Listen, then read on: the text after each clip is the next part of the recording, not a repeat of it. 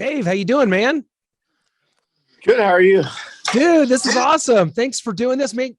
Dave, welcome. This is on the Road to Rock podcast. Dave Roach is joining us, singer from Junkyard. You're out on the road, man. You're in the middle of the tour. If my math is correct, and it isn't always, you're somewhere near Indianapolis, Indiana right now, brother. I'm in Nashville. Already done with the Midwest run. So I'm in Kansas City.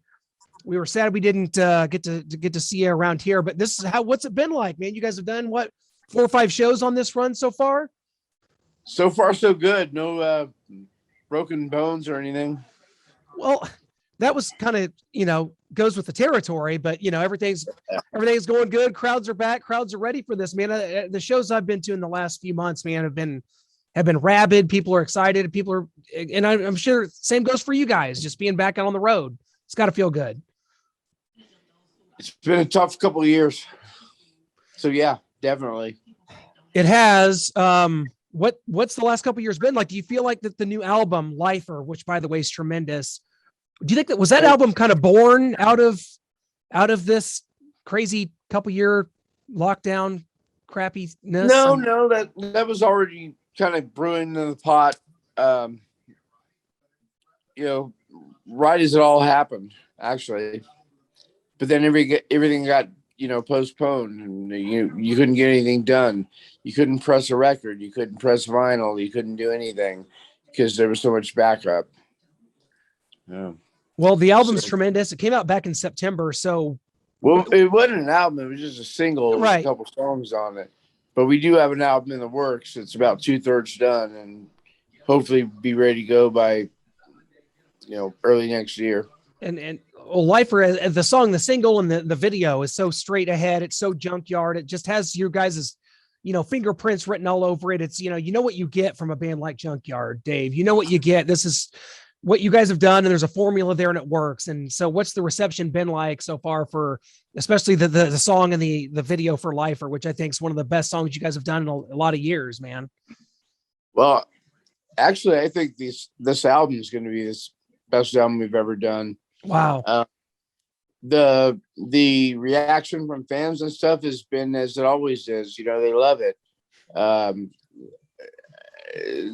That said, we have a small, following, diehard fans, but it's 35 years after the fact. So the fact that anybody gives a shit about us anymore is pretty cool.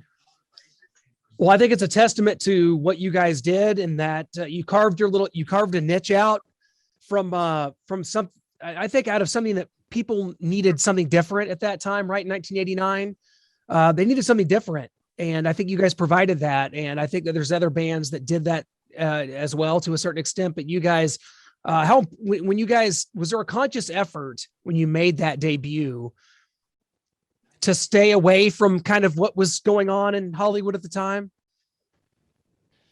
It was necessary because at that time in Hollywood, it was all a big glam scene. Of course. Everybody was prettier than us and had better equipment and all that. So, me and the guy I founded the band with, Chris Gates, he was 250 pounds, and we're ready to put makeup on him or something. It's like, we are who we are. To us, it was just about songwriting and fucking kicking people in the teeth, so Absolutely. we kind of had to take a different route. We weren't going to be a glam band. We weren't going to fit in with the bands that were competing in Hollywood at the time. So we were like the redheaded stepchild of all that shit. Indeed it was. I always liken you guys to, a band like Dangerous Toys. And I know you're doing, on some of your dates, Broken Teeth are out there with you guys on a few of those, correct? Yes. Jason McMaster, one of our good friends. Broken Teeth is awesome. What's it like going out with those guys? Because I know those guys are some straight ahead. Those are some Texan Dangerous Toys, man. And Broken Teeth to the same extent, man. Great band, and there's some hardcore dudes. McMaster's great vocalist, underrated, really. Whatever. Fuck Jason. Me and Jason grew up together. We went to high school together. We worked in at the same steakhouse together. He watched Jason's and I flip steaks, and Wow. turned me on the Motorhead. Yeah, we got a long. Actually, that song "Lifer," that single we just put out. Yep. He inspired the name of that song. So what happened was my old guitar player Brian Baker. He's with Bad Religion now, but he still contributes like musically to us.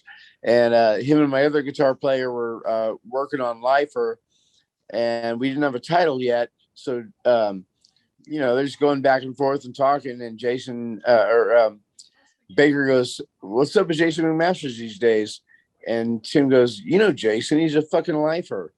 Yeah. He doesn't know anything else. Rock and roll's his whole world." And then they came together. It's like, oh, that's the name of the song, fucking lifer, which means you don't know what else to do because it's the only thing you know. You're a rock and roll lifer.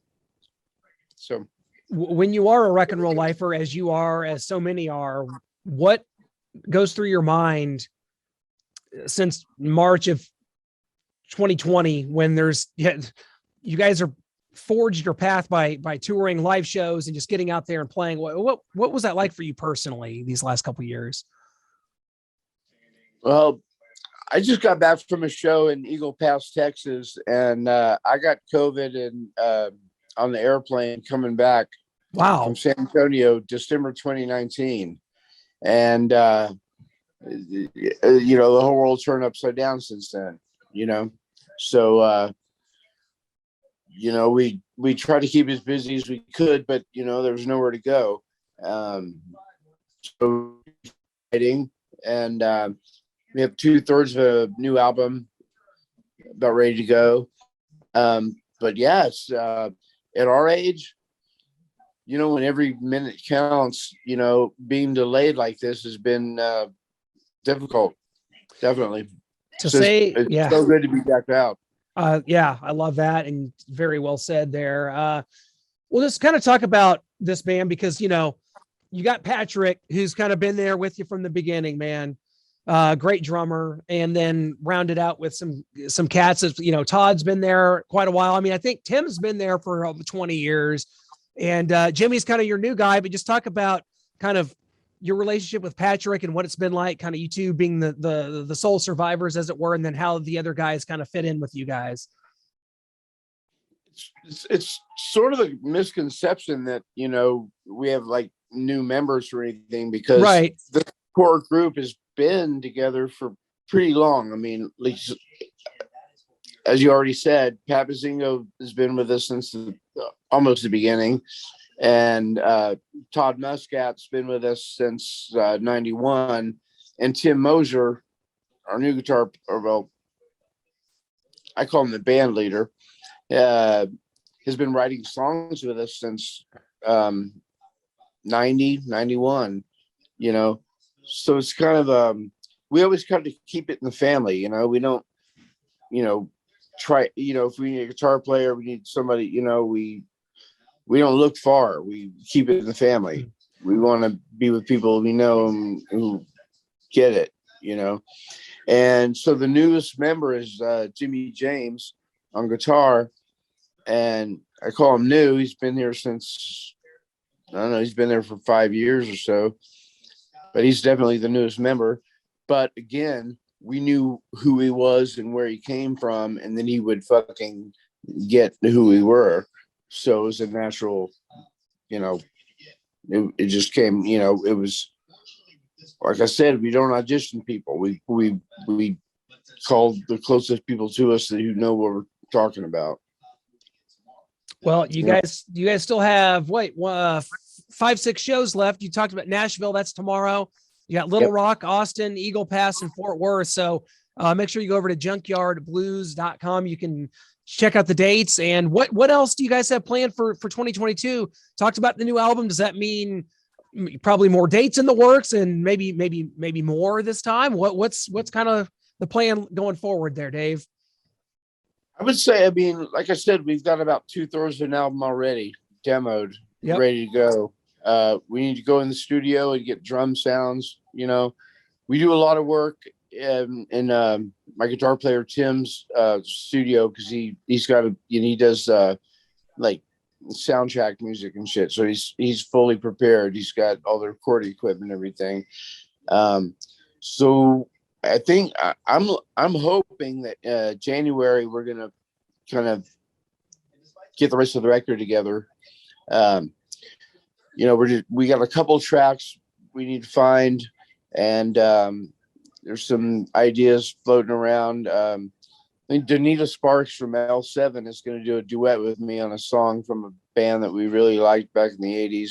Wow, that's awesome. A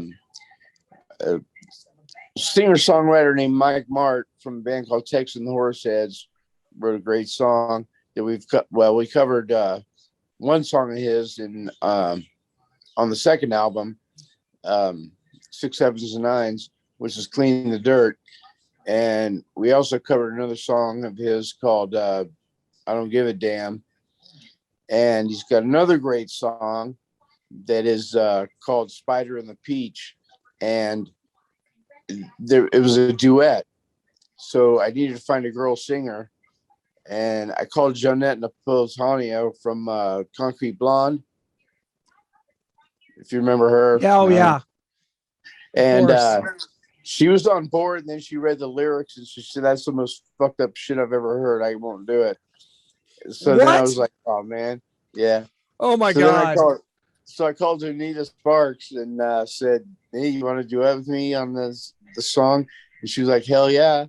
So I was like, "Shit, why didn't I call you first? My bad." Oh, that is awesome. Cannot wait for that. Dave, so many good things coming up. I want everybody to head over to the website, junkyardblues.com, for all the tour dates, all the news, very up-to-date website. And that is a big testament. Sometimes you go to someone's website, it's completely out of date. You don't know what's going on. This is all there. All the merch, it's all there. Grab something, because hopefully we'll see a lot more Junkyard coming up here in 2022. And Dave, enjoy the rest of the dates, man. We're so excited you're back out there. Have a great rest of the tour. And we hope to see you out there in 2022, brother. Thanks so much for having me, man. I appreciate it. Anytime, man. Thanks so much. See you soon. All right. Yep. Hope so.